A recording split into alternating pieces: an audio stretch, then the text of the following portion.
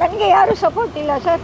ಅವರನ್ನು ಎದುರಿಸುವ ಶಕ್ತಿ ನನ್ನ ಹತ್ರ ಇಲ್ಲ. ಅವ್ರ ಹತ್ರ ದುಡ್ಡಿದೆ, ನನ್ನ ಹತ್ರ ಎದುರಿಸುವ ಶಕ್ತಿ ಇಲ್ಲ ಸರ್. ನನಗೆ ಅವರನ್ನು ಎದುರಿಸುವಂಥ ಶಕ್ತಿ ನನ್ನ ಹತ್ರ ಇಲ್ಲ. ನಾನು ಒಂಟಿಯಾಗಿ ಹೋರಾಟ ಮಾಡಬೇಕು. ನನ್ನ ಹತ್ರ ಯಾವ ಬಲನೂ ಇಲ್ಲ, ಯಾರೂ ಇಲ್ಲ.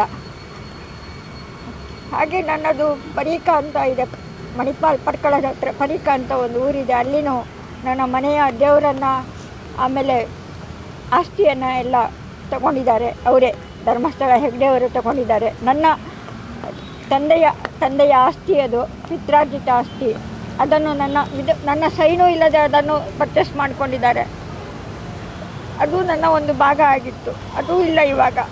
ನನಗೆ ಯಾರೂ ಇಲ್ಲ ಸರ್. ದಯವಿಟ್ಟು ಮೇಡಮ್, ಇದು 2003ರ ಘಟನೆ. ಮೂರರಲ್ಲಿ ಮಗಳು ಮಿಸ್ಸಿಂಗ್ ಆಗಿರೋದು.